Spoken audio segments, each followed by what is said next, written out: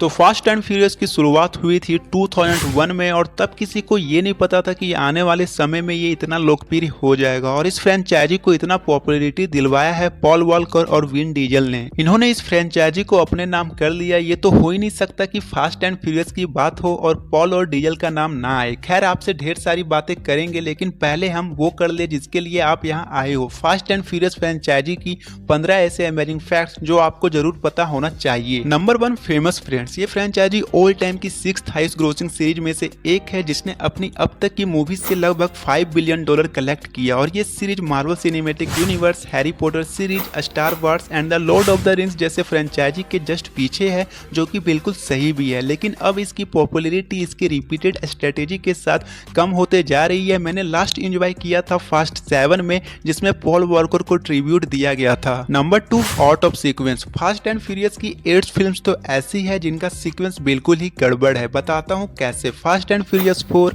Fast 5 and fast and furious 6 ये तीनों ही movies Tokyo drift यानी थर्ड मूवी की प्रीक्वल थी, जबकि फ्यूरियस 7 टोक्यो ड्रिफ्ट की सीक्वल थी। Number 3, sprawling franchise. The Fast and the furious में हमें 10 फिल्म्स देखने को मिलते हैं, लेकिन क्या आपको पता है इन 10 फिल्मों के अलावा फास्ट एंड फ्यूरियस के 2 शॉर्ट्स फिल्म भी है। Number 1, the turbo charge prelude जो कि आया था टू फास्ट टू फ्यूरियस के जस्ट पहले, and second short film name is Los Bandoleros जो कि थर्ड और फोर्थ फिल्म के बीच रिलीज किया गया था। Number 4, art reflects life. Once upon a time, ये बात है 1998 की जब केनली नामक राइटर ने वाइब मैगजीन में एक आर्टिकल जिसका नाम उन्होंने रेसर एक्स रखा था पब्लिश किया। इस आर्टिकल में उन्होंने न्यूयॉर्क सिटी में इलीगल ड्रग रेसर्स के बारे में लिखा था और किसी तरह इस आर्टिकल की मुलाकात मूवी के प्रोड्यूसर से हुई और कुछ इस तरह उनको अपनी first film Fast and furious के लिए इंस्पिरेशन मिली। Fact number 5, what's in a name. तो अभी जो आप नाम सुनते हो फास्ट एंड फ्यूरियस, उसके नाम के पीछे भी एक कहानी है। एक्चुअली प्रोडक्शन के दौरान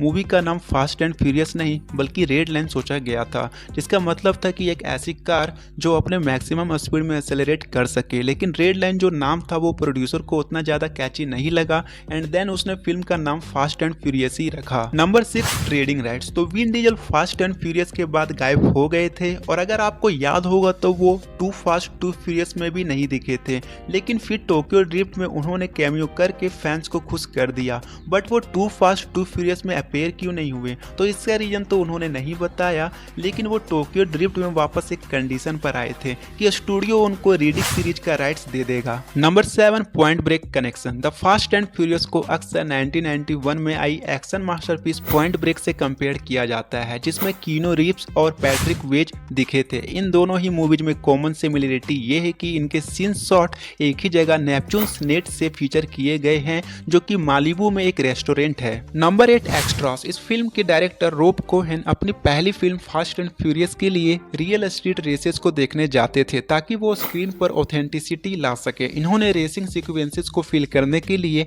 एक्चुअल स्ट्रीट रेसर्स के द्वारा चलाई गई लगभग 200 कार्स को इनलिस्ट किया था। Number 9, on the job training. Fast and furious के 2 मेन लीड एक्ट्रेस मिकेल रोड्रिगुज और जोर्डाना ब्रूवेस्टर को लीगली ड्राइव करने से पहले ही कास्ट कर लिया गया था और जब इससे थोड़े बहुत इशू होने लगे तो फिल्मिंग की शुरुआत होने से पहले ही इन दोनों ने अपना लीगल ड्राइविंग लाइसेंस ले लिया और इस फ्रेंचाइजी में अपना ग्रेट परफॉर्मेंस दिया। Number 10, alternate reality. तो फास्ट एंड फ्यूरियस के सक्सेस के बाद यूनिवर्सल बहुत खुश था बट वो श्योर नहीं था कि win Diesel fast and furious के सीक्वल में रिटर्न करेंगे या नहीं, क्योंकि उस वक्त डीजल अपनी किसी दूसरी मूवी की शूटिंग को कंप्लीट कर रहे थे जिसके डायरेक्टर भी रोब कोहेन ही थे और इसलिए टू फास्ट टू फ्यूरियस के लिए इन्होंने बिल्कुल ही डिफरेंट स्क्रिप्ट तैयार करी, एक डीजल को लेकर और दूसरी without Vin Diesel. But Vin Diesel तो इस मूवी में हमें नजर नहीं आए, वो हमें डायरेक्ट टोक्यो ड्रिफ्ट में एक कैमियो में दिखाई दिए थे। Number 11, A relevant interest. The Fast and the furious के एक्टर लेड पॉल वॉल्कर जो कि खुद ही कार इंथुजिएस्ट थे, उन्होंने स्काईलाइन जीटीआर जो कि उनकी खुद की कार थी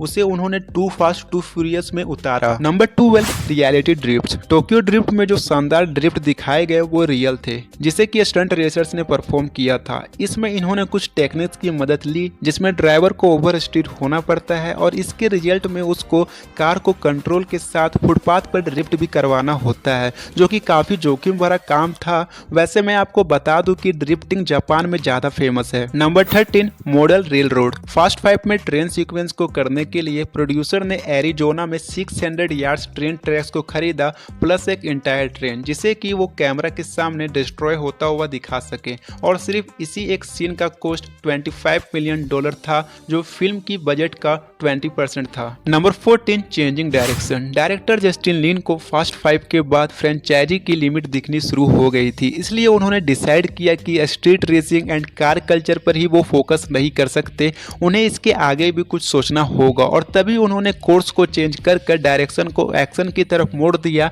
एंड इस फ्रेंचाइजी को एक हाइस्ट सीरीज में बदल दिया। Number 15 no CGI। फ्यूरियस 7 की one of the intense scene जब कार्स को कार्गो प्लेन के बाहर एक पैराशूट की मदद से गिराया जाता है और एक रिमोट माउंटेन रोड में लैंड करवा दिया जाता है। इस फिल्म में कुछ सीन्स को इनहेंस करने के लिए CGI का इस्तेमाल किया गया था, लेकिन इस कार्गो प्लेन से कार को गिराने वाले सीन में ऐसा बिल्कुल नहीं था। इसे रियल में कार्स को स्काई ड्राइवर्स की मदद से फिल्माया गया था।